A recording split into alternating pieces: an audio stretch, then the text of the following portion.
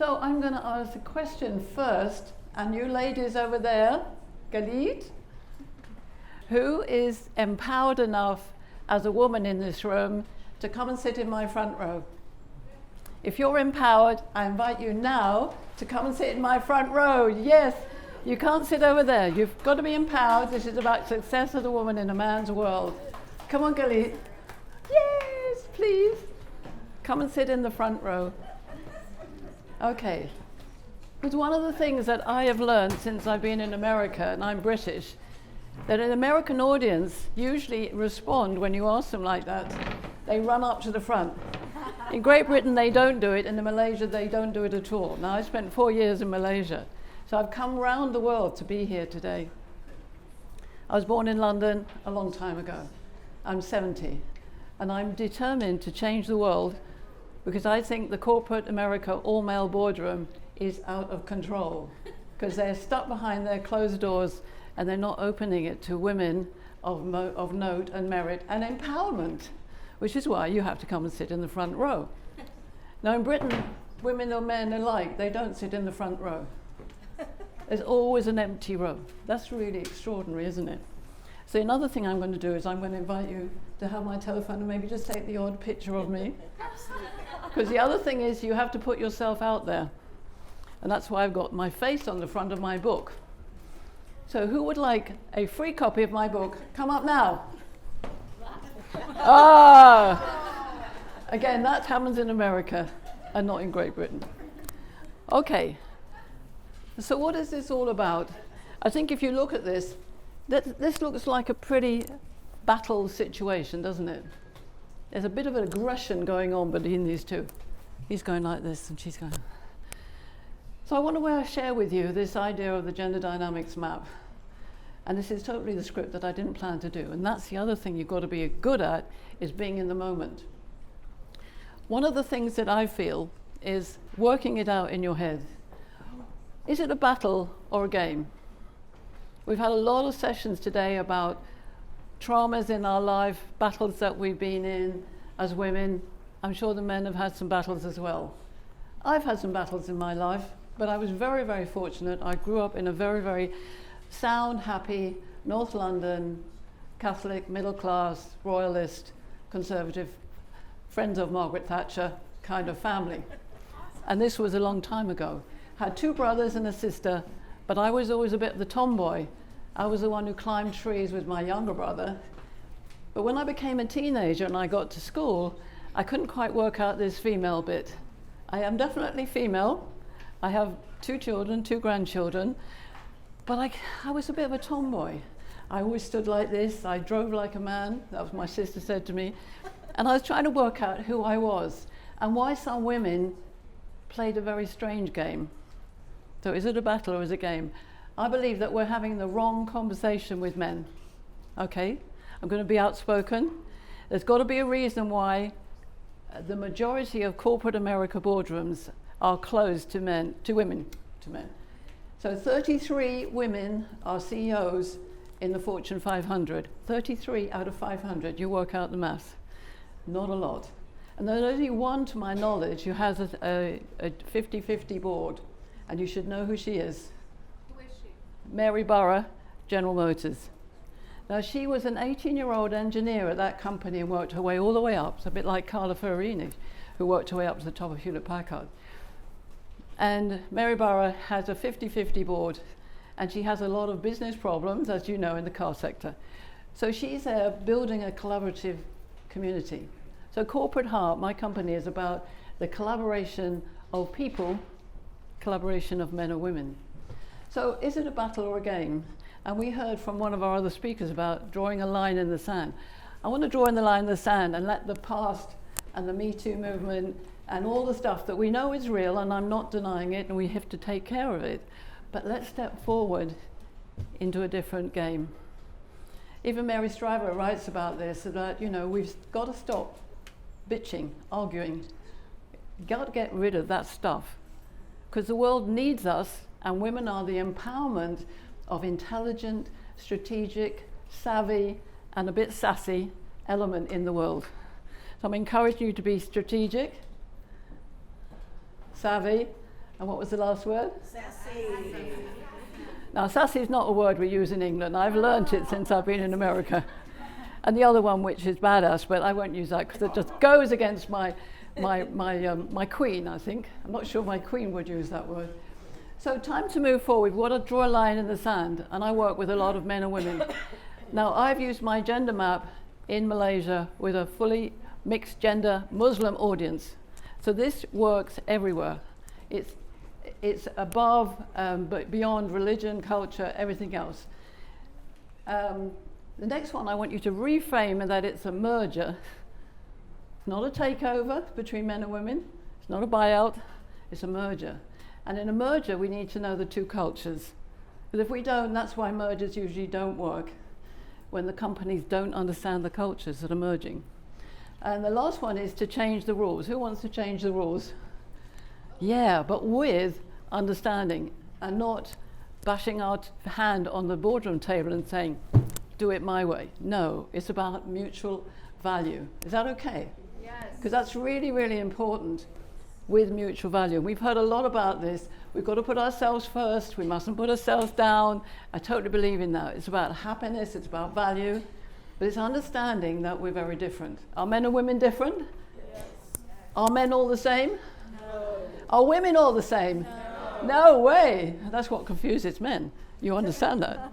We're much more complex, beautifully complex, but that's what confuses them. So what is it all about? My vision, and I want you to help me, is world harmony, one conversation at a time. So whether that conversation is in the boardroom, or it's in your kitchen, or the social internet, or it's in the bedroom, that's okay. But one conversation at a time where we're looking for mutual value and we know we're different. So why are we different? Well, people do what works. I think you've heard this phrase by Dr. Phil. So men do what works, and women do what works. It's just they don't have the conversation about what works together sometimes. And that's why I think that men opening the doors to women on boards, which is an article I've just written on LinkedIn, you can go and find it, it's that they keep the doors shut because they don't know what's going to come in. And I tell you, I've got a gentleman nodding there, thank you. If I persuade the men to open the doors and the women come in and beat them up, guess what's going to happen? They're going to shut the doors again, and it'll be for another 100 years. So we've got to really, in a way, be understanding and caring. So this is my example of what currently is happening. I want to tell you a story about Jean. Jean was a client of mine, very bright woman in her 50s, chief financial officer, going for a board position. She interviewed with the chairman. She got the job. Fantastic. So pleased. 2 months later, I meet her, and she's despondent. I said, what happened? She said, they treat me like the coffee girl. I said, well, all male board.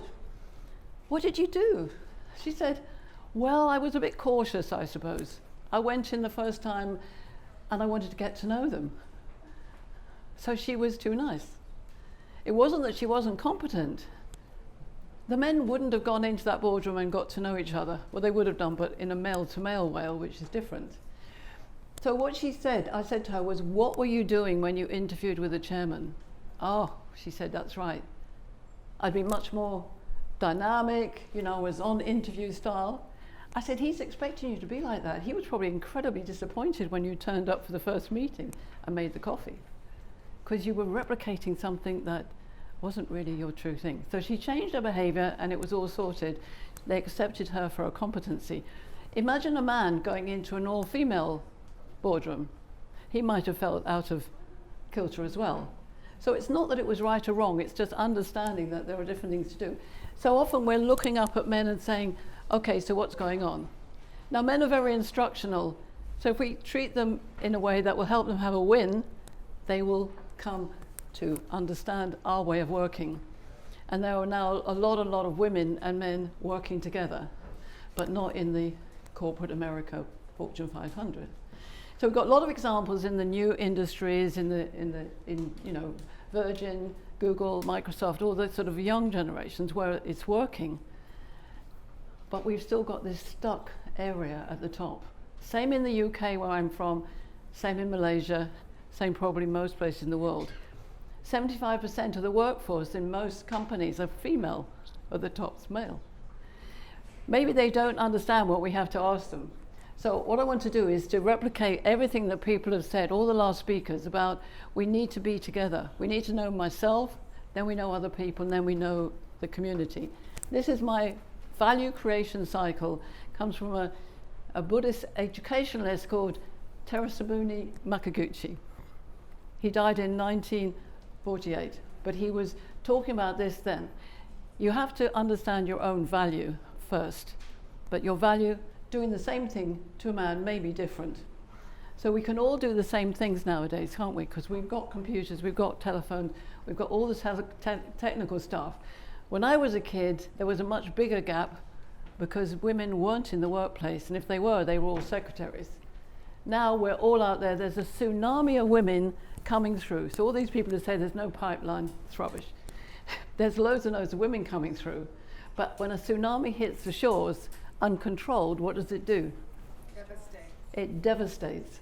So we want to change that tsunami into a river where all the tributaries are coming together of sensibility and understanding between men and women. So are men and women different? This is my illustration. Just get this, everything will well be easy. I've interviewed over 50 men over the last 9 months across the world. They've all said, we're very straightforward. Just leave us alone. Don't smother us. We're confused. We don't know whether to open the doors for women or not. Some of them say, oh, thank you very much. And others go, what do you think? So we've got to be aware that men are actually very unilateral, task-focused, yes, no, either or solutions, that's right. When they hear a question, and this is a really good point, ladies, I can call you ladies, it's an English expression. Yeah. Ladies and gentlemen. When you ask a question, ladies, men want to find a solution. 90% of your questions, you don't want a solution. You just want to talk more. And that's what happens in the boardroom, because the men are going, yes, yes, yes, yes, and the woman goes, well, maybe we could do this. And all the men are going, okay. So they listen, but they don't take note. So that's the first one. We ask questions to expand conversations. Men ask questions for an answer. Be really aware of that. Don't over-talk to a man who is a bullet point man. Talk to him in bullet points. Otherwise, his eyes will glaze over. He'll listen to you, but he won't, and he'll go away and say, oh, I knew we should never had a woman on board. So be really aware. We want to get them to tune into us. And once we're tuned in, then everything else is possible. Like Jean, when she changed her behavior, the men accepted her more, and then they all got on. So what she was trying to do in order to get to know them happened by her standing into her power, not the other way. It's the same in other relationships. So women are more bilateral, relationship focused, and. Would you agree, ladies? We're very and. We can do this and do the kids and do the shopping and do the report and be in the boardroom and be in the bedroom. We're very and. Men find this very challenging because they're very either or. They're very much topic-centric, if you like, in little boxes. So I want you to think about talking in straight lines and boxes, circles and curves, okay?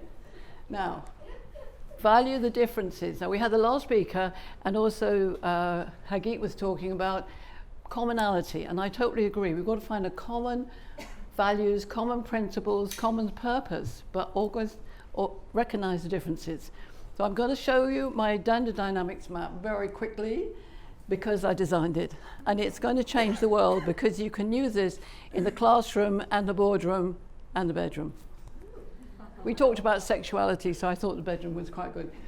So there's the basic map. I want you to think about this. Now there are at least 50-50 out there in the workplace, 50% women, 50% men in the world. And there could be 50% men and women in every team, every situation. But men are like that in boxes, and we're here. You okay with that? So men are not all the same, but together we've got to work out how to talk in boxes and circles. So when I mean boxes, I mean like bullet points. Keep it short, keep it on topic. Remember that if you get too circular with a lot of men around, they won't understand it. When you're with women, it's fine. So women to women, which is another whole arena. So I knew that I was a woman. But you remember my story? I was a bit of a tomboy. I was trying to work out what this masculine energy was about. And I became an image consultant in 1989, a long time ago. I was president of the Federation of Image Consultants in 1992 and 94. I came to Long Island, my first visit to America, as that role. But what I learned there was that bodies made a difference. And my body, if you notice, I always stand very straight. My physicality came into the awareness of who I was. It's all to do with bone structure, and I'm not going to go into detail. You need to come and see me, and I can show you over there. But essentially, I recognized that I was a masculine-minded female. It was all female, but I had this logical mass energy. I love maths and geometry and putting things together, okay? And that the masculine male, the real bullet point man, was very like this. Now, most of the chairmen, I guess, in the Fortune 500 are these guys, as is your president, but we won't get political because there are many of them in the world. But there's also feminine-minded men and women. So here was the feminine female, Margaret Thatcher, you can talk about that later, and here Nelson Mandela. The Nelson Mandela was all male, but he was very, very sensitive, intuitive. Yes? Very different to the bullet point man. You would have been able to talk and have very intimate conversations. So what I want to do very quickly now is to show you some characters. How many of you watched the show Phil, Friends? You've all watched Friends. Yeah. You're in New York, for goodness sake. Okay, so what about if we took a look at Friends and we put them around the room? So Joey was the classic masculine male, yeah, nod. Monica was the tough woman. She didn't quite sure how to deal with her emotions. She fell in love with Chandler, who was the soft guy. He wasn't sure how to play it with the guys. And Ross was in the middle. He was always like this, wasn't he? Oh, I don't know what's going on. Oh. And he was attached to Rachel, who was the equivalent. She was always ambivalent about her energy. And Phoebe, who was delightfully FF. Now, these characters all got on because they had a commonality of friendship. They lived in the same place, but you'll remember throughout the series they had lots of fallouts, lots of issues, ups and downs, So this is what I work with. So this is just a technical version of what I work with at a deep level, with any of you who want to find out more. But this is the confusion point where women are talking and men just want simplicity. Even if you just remember that as you go forward, it's really important. So for me, if we're going to get to this stage of equilibrium, we have to recognize the difference. But the commonality is wanting collaboration, wanting happiness, wanting a good workplace, wanting energy for ourselves, and embracing men. So remember, the cycle is like this. If you just remember that, the me, the you and me, every relationship, the we. And magical conversations only come when we know who's round the table.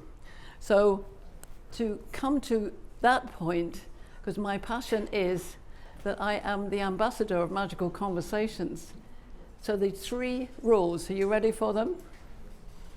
And this is what I want you to go away and do, whoever you are on the gender dynamic circuit.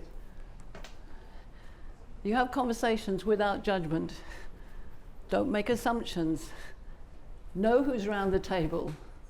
So if you're sitting in a room with some MMs and some FMs and FS or whatever it is, you have a way of evaluating your conversation with different types, and I can share that with you in my table. Without anger. So you can be passionate and very forthright, but not angry. Because if we're angry, we stop the flow of conversation. And there's far too much anger in the world as far as I'm concerned. Everybody in my country and in yours, they're very angry about everything. I think we've got to get past that because it's so debilitating. And without coercion, and what I mean by that, in the time period of your magical conversation, you don't try and control the outcome. Remembering that if you have some bullet point men in the circle, they will want action sooner than you probably want it. I actually run these sessions in the corporate world. They're time bound, say it's an hour. You can have mini magical conversations on specific topics, and I can tell you the results are really amazing. Because we live in a world which usually happens from the front, directively. When you engage people in a circle and you say the topic's in the middle, and you do it without judgment, anger, or coercion, after a bit of reflection, everybody contributes. And the magic is that the unbelievable becomes believable. Have you ever watched a magician act? And you think, how did he do that? How did he get that metal thing through a glass jar? It's unbelievable, but you know there's a trick there somewhere. So the trick in the magical conversation circle is people come without their ego and their judgment, their anger and their coercion. If they obey those rules, magic will happen. And if you're asking what happens if they don't obey the rule, then as a wise facilitator, you do a very simple thing. You say, I think actually at the moment you're not quite following the rules. Would you like to stay or would you like to go? If you stay, you need to follow the rules, but you're welcome to go. You give them that option, most people will stay and they will obey the rule because they want to be part of whatever's going to change. If we could change that energy in the world from anger and coercion and control to contribution into the circle, all the sorts of unknown wonderful things will happen. Now, I am Dr. Pauline Crawford. I am the ambassador of Magical Conversations. And if you have any difficult people in your workplace or in your life that you would like to solve that issue, then using the map, I can help you do that. And that's my offer to you today. I've got postcards on my table, and I brought them all the way from Las Vegas, so I'd love to give one to every you because and I put a special deal on that. And the other thing is that I have a book, which you now have a good copy, and I will sign it. But I have those for sale as well, which I brought with me. But for me, the most important point is that you understand that value creation comes from you, and that it's not a battle with men, it's a game. And we have to change it now, 2019.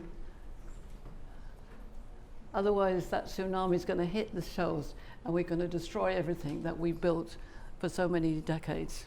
Are you with me?